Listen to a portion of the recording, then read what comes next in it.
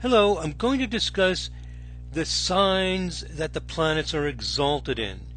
Probably most of you are familiar with this idea that the planets are exalted in certain signs. Fewer of you probably know about the idea of the joys, which is that there are certain houses that the planets take joy in. They're similar ideas. So there's certain signs that a planet is especially happy to be in. It's exalted in those signs, and there's certain houses, according to the ancient astrology, where planets are especially happy, and those are called joys.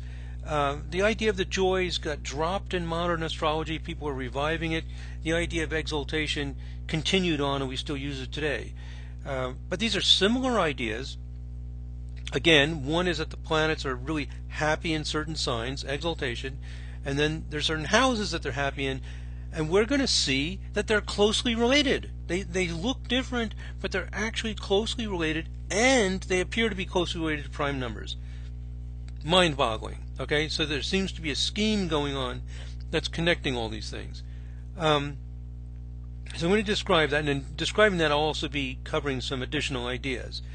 Now, you may know that I've made another tutorial video called the Hellenistic Bounds, Zodiac Signs, Rulers, and Prime Numbers. So in that other video, I'm focusing on the Hellenistic bounds and the rulers of the signs, and the fact that there's a zodiac at all, and how those appear to be related to prime numbers. And now we're going to see that the signs of exaltation and the joys of the planets also appear to be related to prime numbers. So the evidence that prime numbers were used as a basis for the fundamental ideas in astrology is growing. And we find out that exaltation and joys, which in terms of meaning are very similar, actually are closely related. Okay, so you ready for this? I'm going to describe exaltation signs and the joys of the planets, how they're closely tied together and how they're closely related to prime numbers. Okay, and I'm going to show you this diagram. It's going to look very complicated at first, but we're going to see it's really simple, and I'll explain it step by step. Okay, so here we go. Here's the diagram. Like I told you, there's a lot of stuff going on, may look overwhelming. It's really quite simple. What do we have in the middle? The zodiac signs. So the black is just the zodiac signs. Why is it starting with Scorpio? Very often in astrology we tend to put Aries here and go around. The starting with Scorpio is done for two reasons. One is based on prime number theory, or at least I might expect Scorpio in a sense is the first sign based on prime numbers, and the first house, of course, is the first house. We just call it the first house. We don't give them special names for houses. And I think that there's a connection of Scorpio with first, Sagittarius with second, Capricorn with third. It's something that I'm proposing. With this proposal, we find out that the signs of exaltation and the houses of joy, the houses that the planets have joy in, are closely connected. So mind-boggling.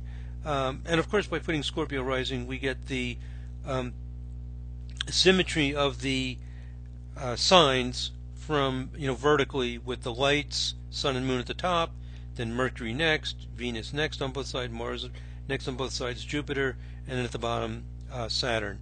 So you get that symmetry.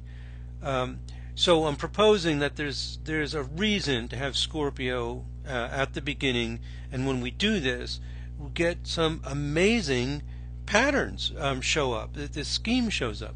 Okay. And you may have already started to notice what it is, but I'm going to take this one step at a time. Okay, so in the middle we have the zodiac signs. Next ring, the red. What is that? Just the rulers, right? So Saturn rules Capricorn and Aquarius, Jupiter rules Sagittarius and Pisces. So those are the ruling planets, the traditional rulers of the signs. So we know what the first two rings are, very simple. The third ring, that's just the planet exalted in the sign. So if we go around here, Mars is exalted in Capricorn, Venus in Pisces, Sun in Aries, Moon in Taurus, Jupiter in Cancer, Mercury is exalted in Virgo as well as rules Virgo, and Saturn is exalted in Libra. So the third ring is the exaltation. Because there are only 7 bodies that we use, the Sun and Moon and the 5 visible planets, there are signs that are empty. There's no planet exalted in those signs. And what is the last ring, our fourth ring here? That's the joys. the idea is that Mercury has joy in the first house. So this last ring, the green, refers to house. The third ring, exaltation, refers to sign. Got it? Third ring is the sign. Saturn's exalted in Libra. The fourth ring is to the house. I'm claiming that Libra, I'm suggesting that Libra has a close relationship with the 12th house. This is a pretty new idea, and it may sound strange. But Libra has a connection with the 12th house, according to this concept. And so Saturn takes joy in the 12th house, and Saturn exalts in Libra. So these are where the planets are extremely happy. So the outer ring is where these planets are in their joy. They're partying. They're really happy to be here. Mercury's in the first house. Wow, it's so happy to be there. And Moon is in the third house, really happy to be there. And the third ring is Saturn's happy to be in Libra. Same idea. One is for signs, one is for houses. Now, so all I did is put Scorpio rising, put the planets that rule the signs here, the planets that are exalted in the signs here, and the planets that have joys in the houses here, and immediately you can see an amazing coincidence. Probably all of you see this coincidence. 6 out of 7 of the sectors are filled with planets. So let's start with the second house. Second house has neither an exaltation planet nor a planet having joy. Third house has both. I put a little black ellipse shape around it. Different planets, but there are a planet that is happy to be in Capricorn, which is Mars, a planet that's happy to be in the third house, Moon. Fourth has nothing. Fifth has Venus for both. Venus is exalted in Pisces. Venus is in joy in the fifth house. Same thing with sixth house. We end up with a planet that's in exaltation. Sun is exalted in Aries. Mars is in joy in the sixth house. So the same, if we assume that there's a natural zodiac beginning with Scorpio, 6 out of the 7 sectors, these sign house sections, have planets. The only one that doesn't is opposite to each other, where Mercury has joy in the first and Moon is exalted in Taurus, and I put a little circle around them and tied them together because they're related. They would be the other pair. So there's one exception to the rule. So it's an interesting coincidence that with the Scorpio rising natural house system that I suspected might exist, we end up with the signs the planets exalted in the signs, and the planets having joys in the houses lining up, being together in these same house and sign that I believe are related to each other. Well, it's not a perfect scheme because the Moon is by itself as a planet of exaltation, and Mercury is by itself having joy in the first house, but the other 6 tie up together. So that's a curious coincidence. Now, okay, so you got that? All I've done is put these things around in a circle and just noticing what's going on, and noticed a curious coincidence. Now, the next thing that's interesting is I think there's something more important than having the planet that has joy and the planet that's exalted, the planet that has joy in the house, and the planet that's exalted in the sign, keeping them together. With this scheme, I have this suspicion that the ancient astrologers set this up in order to keep these guys together, but it wasn't their highest priority, and that's why one of them is not together. There was a priority that was even higher to create this scheme of exaltations. Why is Saturn exalted in Libra? Why is this Saturn here? Okay, third ring is the exaltation. Saturn's exalted in Libra. Mars, these blue are the exaltation. Mars is exalted in Capricorn. Okay, so we have the 2 malefics. One malefic exalted in Libra, the other malefic exalted in Capricorn. Why is that? Well, here's what I think is going on. That based on prime numbers, the most malefic signs are Libra, Capricorn, Aquarius, and I believe also Leo, if I remember right. Leo, Libra, Capricorn, Aquarius. So the signs that are most malefic, according to prime numbers, get the malefic planets. Aries is the most benefic, according to prime numbers, so it gets the sun, the power of the whole solar system, and the moon is the next most benefic, and I've got those in green, so it gets the moon. So according to prime numbers, Libra and Capricorn are very malefic, and they get the malefics. The most benefic get the lights, which are Aries and Taurus. Now, how do prime numbers tell us that Aries and Taurus are malefic and Libra and Capricorn are malefic? I'll show you that in the next slide. I'm going to go to the next slide to show you that, and then we'll come back to this slide. Here's how it's done. We take the prime numbers and we just list them with go up to 30 and then do the next 30 and so on, and assign them, just going around and then we have each sign of the zodiac. And what happens is that the prime numbers are lined up symmetrically around the middle of each zodiac sign. So the prime numbers are -2, -4, -8, -14 from the middle of the zodiac sign, or they're +2, +4, +8, +14. So they're symmetrical around the middle of the zodiac sign, and all the prime numbers fit within this pattern, but there are some that are missing. So 49, by missing I mean there's a hole here. 49 is not a prime number, so where we might expect a prime number, there isn't one. So these are the most basic prime number areas, and where there's a hole, it's picking up a more complicated prime number that involves 7 or higher. I explained that in some detail in the other video. All we need to know for now is that these holes are bad. Where there's a missing prime number, we might expect a prime number, there isn't one, is bad. So which signs are the worst? Aquarius is the worst sign of the zodiac, according to prime numbers, because it has 1, 2, 3, 4 missing prime numbers. It's the only one with 4 missing numbers, so it's the worst.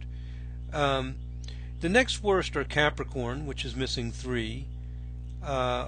Sagittarius is also missing 3. Libra is missing 3. And Leo is missing 3. I think those are the only ones that have 3. So they're in the next order of being bad. So Aquarius is the worst, followed by, I believe it's Pisces, Capricorn, Sagittarius, Libra, and Leo. Now, you may think to yourself, no, David, Sagittarius is not bad. It's ruled by the benefic Jupiter. So what I'm saying is this. Even though Sagittarius is ruled by Jupiter, and therefore it's good, it also has a malefic side to it because of the missing prime numbers. And this theory that where prime numbers are missing fits the exaltation signs. In the other video I explained how it fits the bounds, and now we find out it fits the exaltation signs. What do I mean by fits? What I mean is that the signs that have the most missing prime numbers, and therefore the worst, get the malefics. Malefics are happy when things are missing, and when things are not missing, it's more of the standard, perfect, symmetrical situation that's sweet and normal, and the benefics are happy there.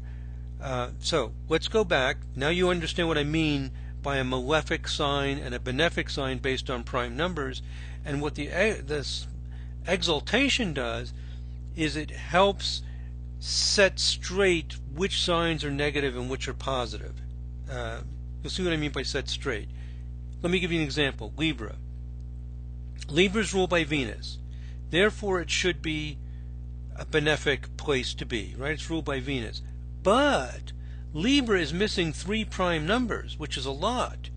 And that makes it more malefic. So Saturn, I'm only talking about exaltation now. I'm not going to talk about the joys, just focusing on exaltation. So Saturn is assigned to Libra.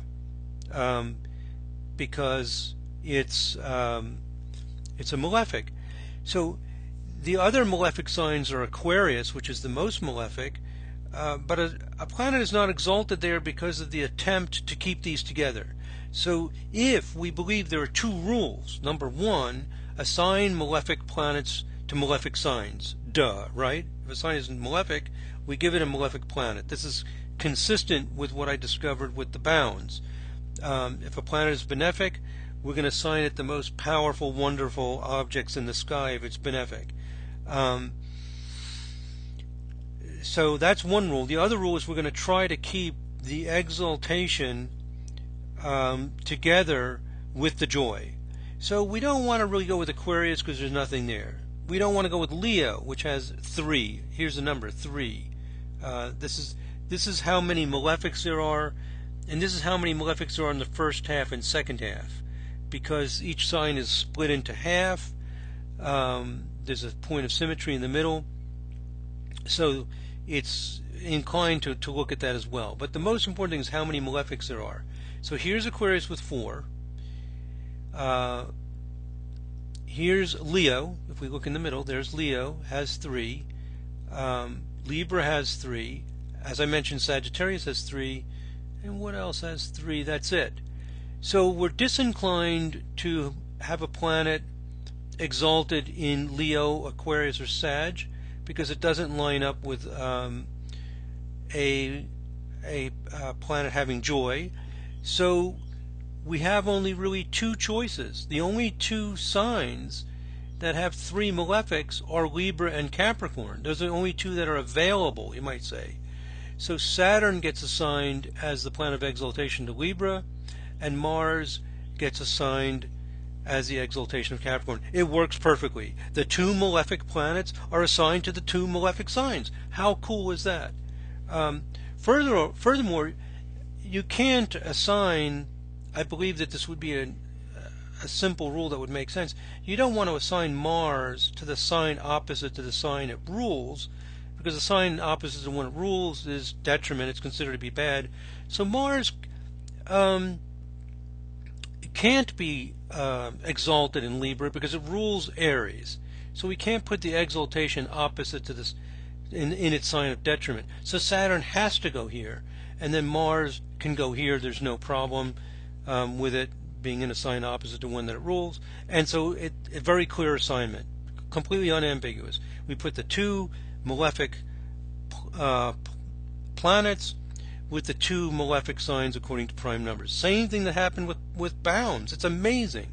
When I made the video on bounds just a week ago, I didn't know this about signs, and then I decided to look at signs, and the same rules apply. It's more coincidences. By coincidences, I mean that the model, the concept that we're building, seems to work. Now, so these red, I put it in red to show that they are the most malefic of the signs available to us. The signs that have a planet of exaltation. We want to keep we want to put the exaltation signs in the same section as where there's a planet with joy. So of the ones that are available for exaltation, we have 2 malefic signs, and we assign the 2 malefic planets to it. Now, of the signs that are available, which ones are the most benefic? 2 stand out. Aries is the most benefic, has no missing prime numbers, and Taurus is the next most benefic, has 1 missing prime number. So they are the best. So we have 2 that are bad, Libra and Aquarius. We have Aries and Taurus that are good. The best sign, Aries, is given the sun, the power of the solar system, and the next best sign is given the moon, the other light, which reflects the light of the sun. So we have the sun and moon, sun given to the best sign, moon to the next best sign, and then we have 3 signs that have a value of 2, that have 2 missing prime numbers, Virgo and Cancer. They both have 1 missing prime in the first half and 1 in the second half. And then we have another one, Pisces, which also has 2 missing prime numbers. So these are the middle ones, Cancer, Virgo, and Pisces. So to summarize, Aries and Taurus are the best. They get the lights. Simple. Libra and Capricorn are the worst. they get the malefics, all fits perfectly.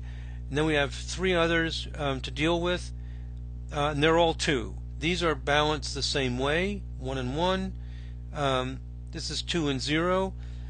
And there are certain rules. Mercury cannot be exalted in Pisces because it would be opposite the sign it rules. So Mercury must be assigned to one of these 2. It ends up getting assigned to this one. Jupiter gets assigned as exaltation to this one, and Venus gets assigned here. Also, we get the benefit of double planets. Every section has either the same planets, malefics, or lights. So, for example, Libra has Saturn twice. Virgo has Mercury twice. Among the 3 things, ruler, there's 3 basic good things. You have a ruler, you have an exaltation, you have a joy, because the 12th house is related to Libra in this scheme. So you get double Saturn here, double Mercury here. You get the lights here, Sun and Moon. Remember, they have to be paired together because they only rule one sign, as opposed to the others that rule 2 signs. So you have Sun and Moon together here. The 1st and 7th is the exception to the rule. Here we have Mars twice, here we have Venus twice, and here we have the malefics, Mars and Saturn, lined up together, which is a good system. You have a consistency here. And the only exception to the rule is the Mercury and Moon, and I think the reason for that is because the highest priority was not to put the exaltation and the joy planets in the same section. The highest priority is to put bad planets with bad signs and good planets with good signs, and we have that. And then the fact it also lines up fairly well, 6 out of 7, with being in the same section is rather a miraculous coincidence, that all of this fits together beautifully. And we end up with an elegant system where the power of the whole solar system is given to the best sign, Aries, the Moon, the next most important object, the other half, with all the emphasis on sect and the Sun and the Moon. The Moon is given the next best planet. We have 0 and 1 standing out as the best. We have the malefics assigned to the worst. We have the other 3 assigned to the other 3, and all of them ending up being in the same sectors, except for Moon and Mercury opposite each other, and that might have been perceived as not so bad, as being a kind of balance 7th point. I'm not sure. Across the 1st and 7th of these sections, this is the basic, most important axis, the Scorpio-Taurus axis, based on prime numbers. So there it is, a lot of coincidences. Now, it may sound abstract, like, holy smokes, David's just going into all these crazy numbers. What's he talking about?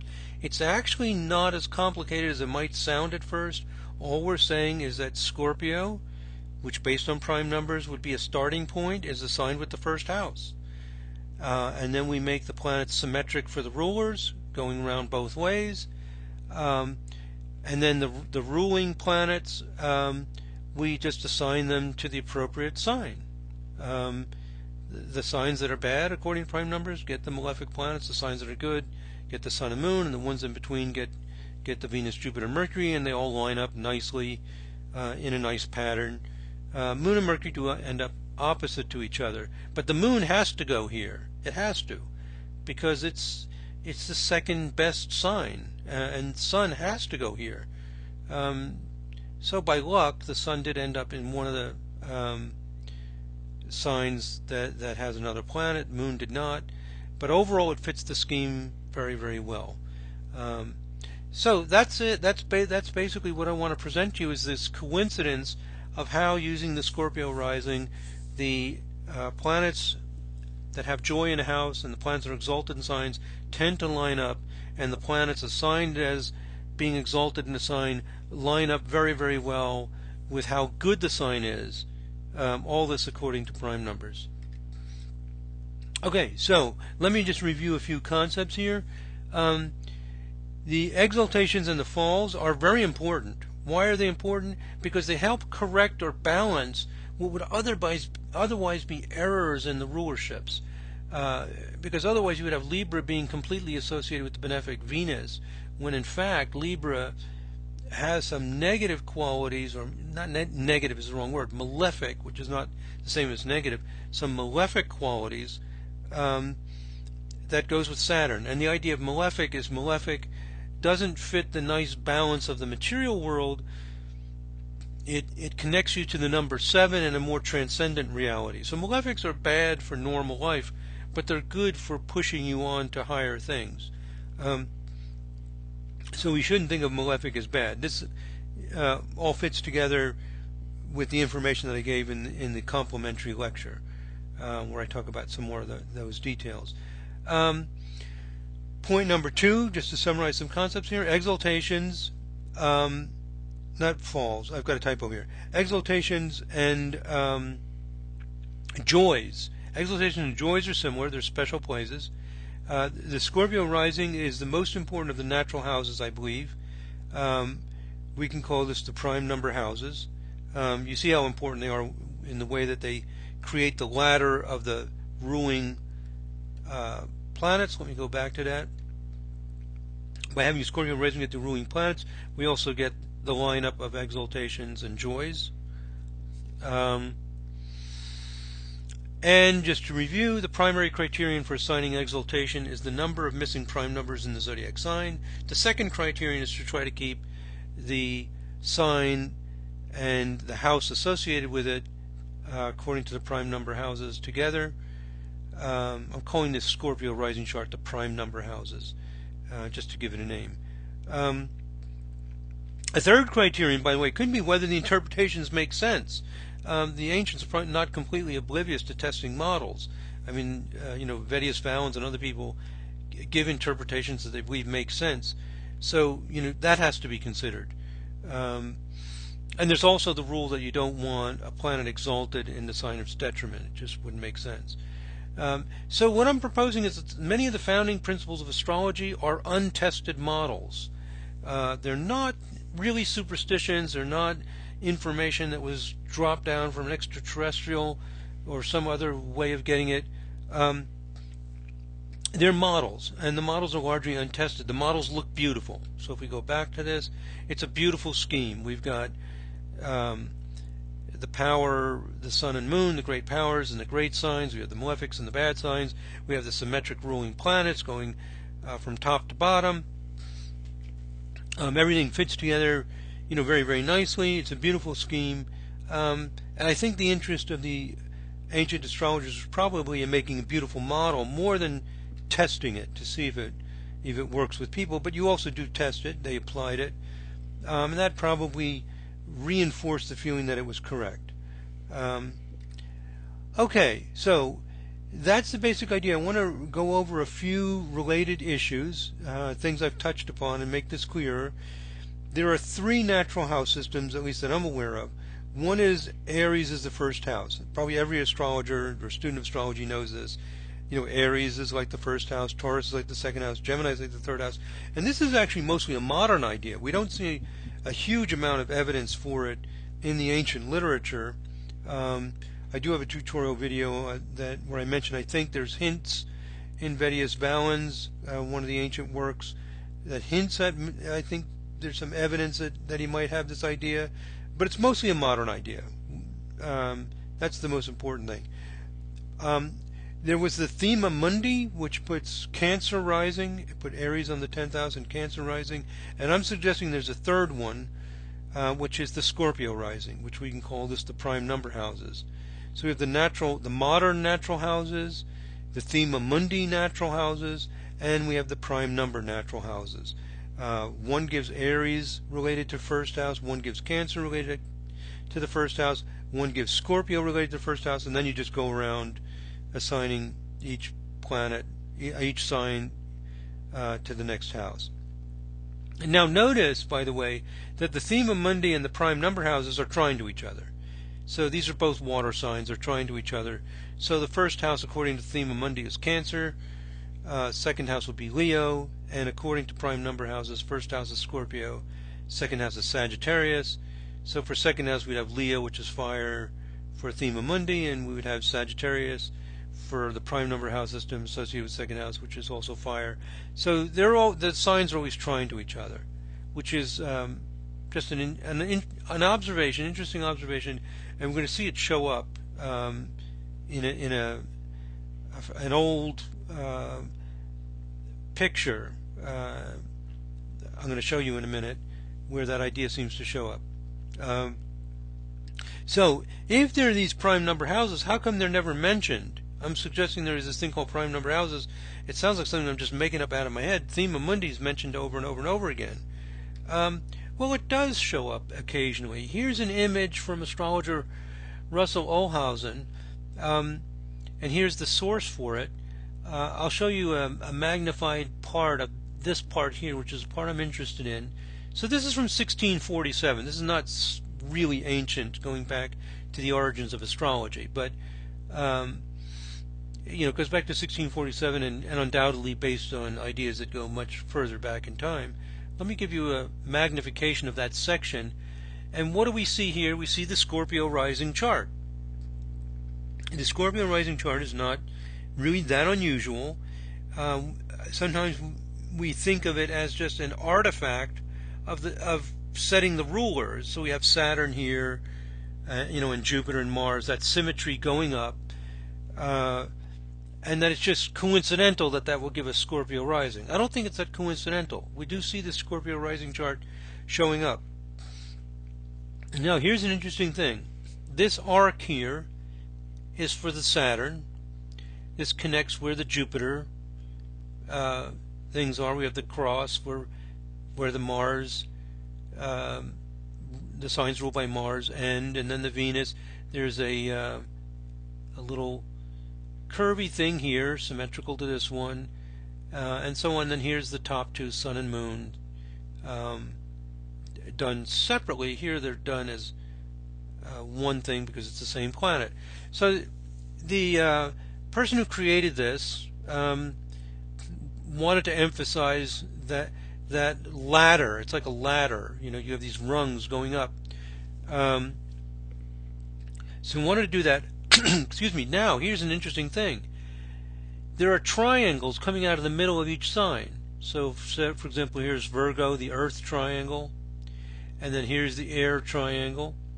So the person who created this made triangles for each of the elements coming out of the middle of the signs. Why would that be? It's very curious that based on prime numbers, Scorpio is a natural starting point, as I described in the other lecture, and the middle of each sign is the other symmetric point, and he's emphasizing the symmetric point, and the thema mundi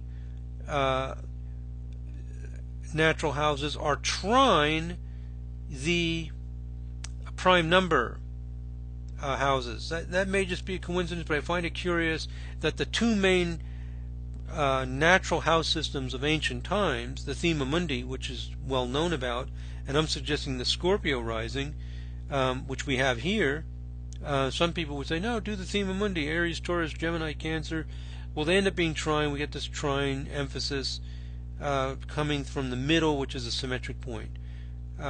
Seems like an interesting coincidence. The main point I want to make is this, however. Some of that's speculation, but what's not so speculative is this. The Scorpio rising chart does show up reasonably often in the astrological literature, and this is an example of it. Okay, so we have the planetary ladder. I got that term from Donna Woodwell. She refers to those the ruling planets going up from Saturn to the Sun and Moon at the top as the planetary ladder. I think it's a perfect name for it.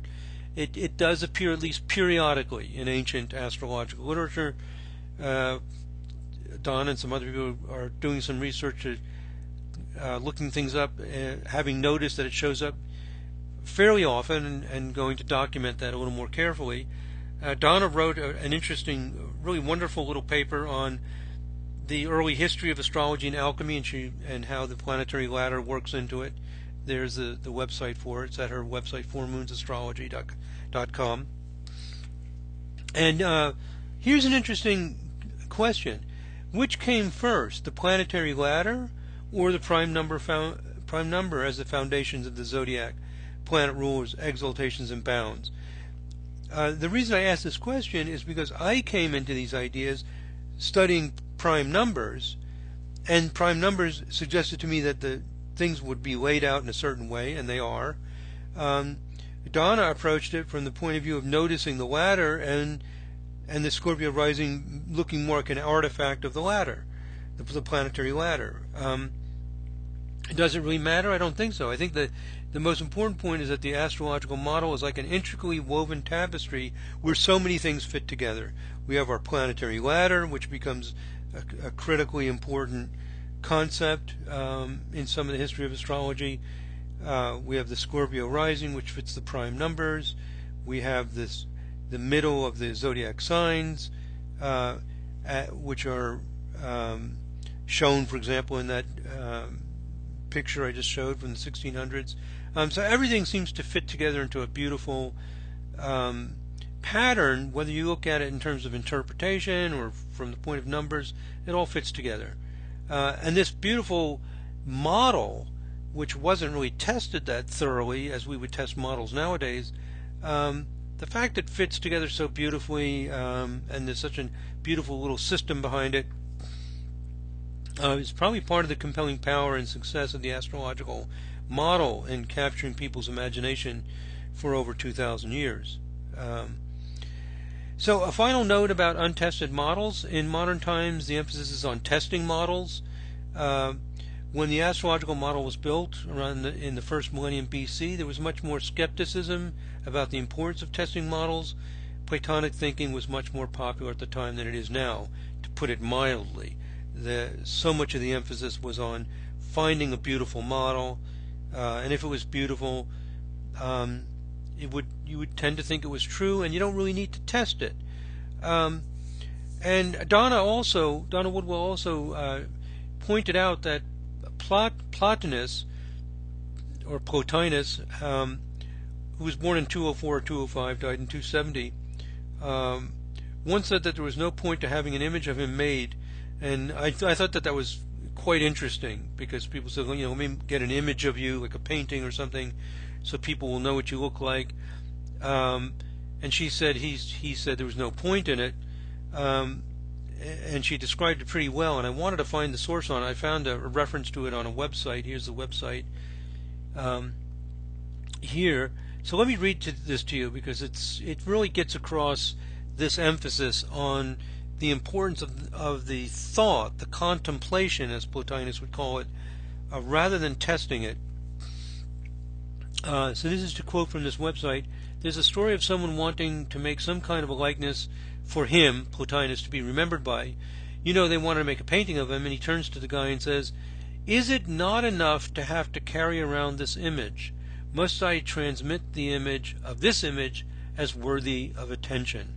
So our physical appearance is something that we carry around, in other words. So the author of this website says what he meant here is that the body that he's in is already just an inferior copy. Why should he have a picture painted of this false image? It's an inferior copy of an inferior copy. It's like taking a Polaroid picture of a Polaroid picture. What's the point? I love it. I mean, it just captures the essence of this kind of thinking that was prevalent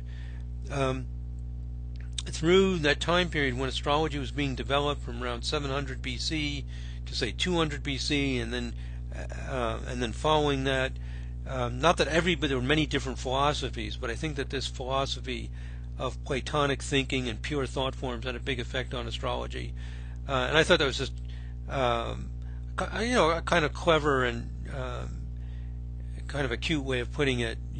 My body is already an inferior copy of who I really am. Then you make a painting of it, you get another inferior copy. So the emphasis is on the pure concept. And what's in the sky would seem to be a place where these pure thoughts would exist.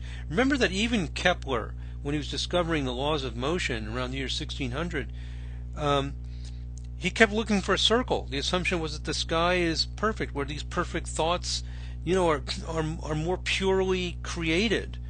And because he was so sure there must be a circle, it took him a long time before he finally decided to play around with an ellipse, which is like a lopsided circle and not as perfect. And nowadays we may think, oh my God, what a strange way of thinking. But this is the predominant way of thinking, these pure ideas in the pure heavens, and and finding out what that pure design is, and that's what was a lot of the heart of astrology. And it's looking more and more with all these coincidences of how prime numbers and the patterns of prime numbers match so perfectly with the fundamental ideas of the planets ruling the signs, the exaltations and the joys and the Hellenistic bounds. It all seems to be fitting together. So maybe we're reconstructing some of the fundamental concepts that inspired astrology. We're just playing around with the ideas and seeing. I think it's impressive. When I finished the video on the bounds, I thought, that's it. I'm not going to be talking about this much anymore. Now all of a sudden, discover a whole bunch of new things. I got inspired by Russell Olhausen's image that he posted, and then Donna sent me some great ideas, and I started looking at what they were saying. So inspired by them, I started finding out even more connections and more ways that numbers, particularly prime numbers, appear to be the basis of a lot of fundamental ideas in astrology. Okay, thank you very much, my friends. God bless. Namaste.